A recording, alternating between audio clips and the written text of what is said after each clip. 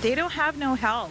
No one, they have no resources to actually lead them in the right direction. Winnipeg police say 50% of the missing persons calls they receive are for people who have been reported missing before.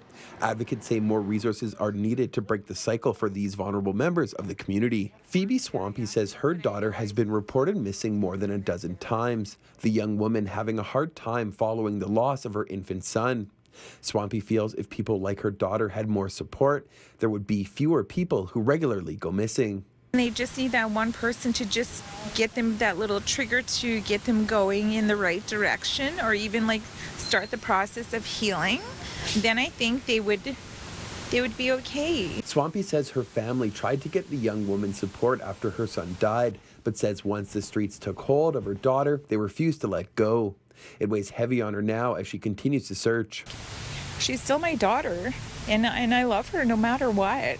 While the Winnipeg Police Service could not comment specifically on community supports, a spokesperson says missing persons investigations are time-sensitive and labor-intensive and are impactful on police resources. They not only work to locate the missing person, but try to determine the cause to prevent future occurrences.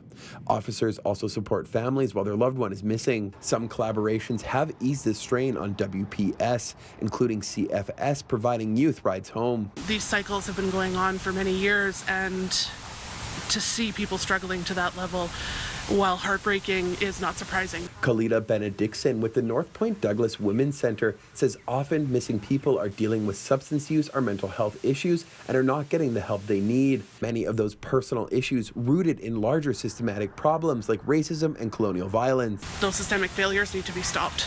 She says in order to address the issue, governments have to take their cues from the community level and community leadership. Our governments, our society need to get involved. They need to take action and to follow the leadership of the communities that have been directly affected. Governments do have a lot of power, a lot of resources, and a lot of ability to create change, and taking a more proactive approach is going to be beneficial for everyone, not just the people who are most affected by this. NDP Families critic and House Leader Nahani Fontaine says the high number of repeat missing people is heart-wrenching. At the very onset of this government, there were cuts to community organizations. There were cuts to mental health. There were cuts to social housing programs. She says it's a result of the PC government's inadequate support of frontline programs that are putting people at risk. One of the things that government should be doing, must be doing, is taking care of its citizens, which includes making sure that there are mental health supports, that there's an infrastructure there for at all levels, because there's a correlation between, this government trying to do government on the cheap and cutting programs and services and the death of Manitobans.